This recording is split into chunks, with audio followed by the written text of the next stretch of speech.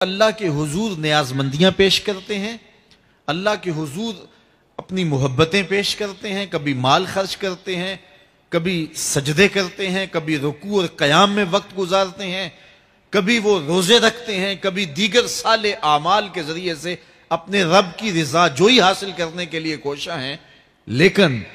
یہ وہ لوگ خوش نصیب ہیں کہ جب وہ عمل کر رہے ہوتے ہیں تو ان کے دل تھر تھر کانپ رہے ہوتے ہیں کہ پتہ نہیں مالک یہ عمل بھی قبول ہوئے ہیں یا کہ نہیں ہوئے۔ البتہ گناہ سرزد ہو جائے ان سے کبھی کوئی بدی سرزد ہو جائے، پھر تو خوف کا عالم دیدنی ہوتا ہے،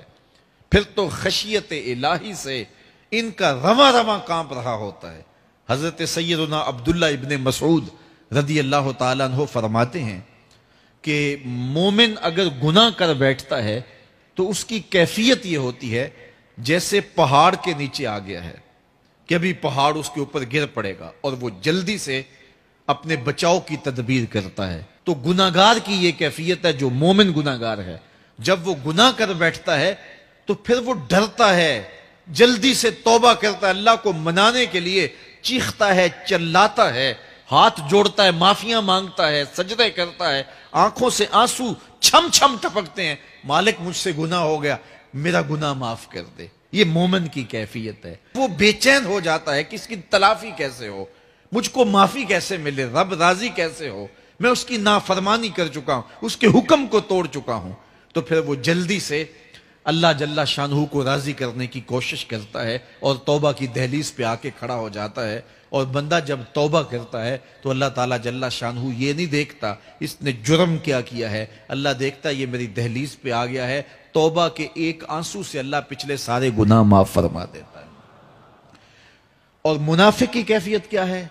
جب وہ گناہ کرتا ہے تو اس کی کیفیت یہ ہوتی ہے جیسے بدن پہ مکھی آ بیٹھی اور اس نے ہلکے اشارے سے اڑا دیا۔ اب مجھے بتائیے سویر سے لے کر شام تک کتنی دفعہ ایسا ہوتا ہے کہ بدن پہ مکھی بیٹھتی ہے اور ہم ہلکے اشارے سے اسے اڑا دیتے ہیں، لیکن ہمیں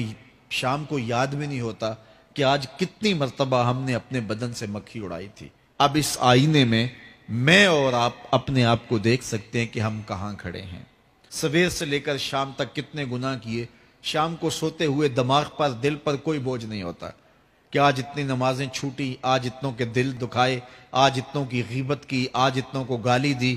آج اتنا حق غصب کیا، آج اتنا ٹیکس چوری کیا، آج اتنی رشوت لی، آج اتنی زیادتیاں کی، آج اتنا جھوٹ بولا۔ سویر سے لے کر شام تک اتنا کچھ ہوا، لیکن شام کو چین سے سو گئے، آرام کی نیند سو گئے، کوئی دماغ کے اوپر بوجھ ہی نہیں ہے، کوئی دل کے اوپر بوجھ نہیں ہے کہ ہم نے اتنے گناہ کیے آج سارا دن میں۔ تو اگر یہ کیفیت ہے تو پھر یہ نفاق اندر اتر گیا ہے اور اچھی طرح رچ بس گیا ہے۔ لیکن اگر زندگی میں کبھی کوئی خطا، کوئی غلطی سرزد ہوتی ہے تو اس کا بوجھ، اس کی ندامت بے چین کر دیتی ہے، زندگی کا لف و نشر غیر مرتب ہو جاتا ہے، جینا مشکل ہو جاتا ہے، تباہ پہ بوجھ ہوتا ہے۔ تو پھر اللہ کا شکر ادا کریں اور اس کے حضور رجوع کریں۔ اگر وہ کیفیت ہے پھر اللہ سے توبہ کریں اس بات کی کہ ہمارے اندر نفاق اتر گیا اور ہمارے من ستھرے نہیں رہے، گناہ پر گناہ کرنے کے باوجود بھی ہمیں کوئی فرق نہیں پڑتا۔ ایک حدیث میں آتا ہے جب کوئی شخص گناہ کرتا ہے تو گناہ کرنے کی وجہ سے اس کے دل پر ایک سیاہ نقطہ لگ جاتا ہے، اگر وہ فوراً توبہ کر لے تو وہ نقطہ مٹ جاتا ہے اور دل شفاف ہو جاتا ہے۔ لیکن اگر وہ توبہ فوراً نہیں کرتا تو نقطے کے ساتھ ایک نقطہ دوسرے گناہ سے پھر پڑ جاتا ہے، حتیٰ کہ وہ پھیلتا رہتا ہے اور گناہ ہوتے جاتے ہیں۔ ایک وقت ایسا آتا ہے کہ پورا دل سیاہ ہو جاتا ہے، اور جب پورا دل سیاہ ہو جائے تو پھر گناہ اور نیکی میں کوئی فرق باقی نہیں رہتا۔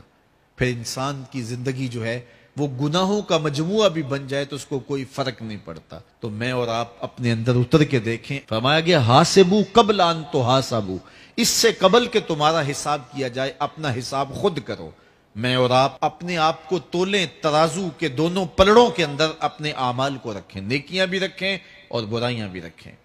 اور پھر ان کو تولیں اور پھر ہم دیکھیں کہ ہم کہاں کھڑے ہیں۔ یہ زندگی کہیں غفلت میں نہ گزار دیں، آنکھ بند ہو تو پھر کھلے اور پھر کہیں ہائے ہمیں کسی نے بتلایا نہیں تھا، ہم خود بھی اس پہ غور و تدبر نہیں کیا، پھر ہاتھ ملتے رہ جائیں کہ پلے کچھ بھی نہ ہو۔ آئیے میں اور آپ اپنی زندگی کو اپنے مالک کی دہلیز پہ لے جائیں۔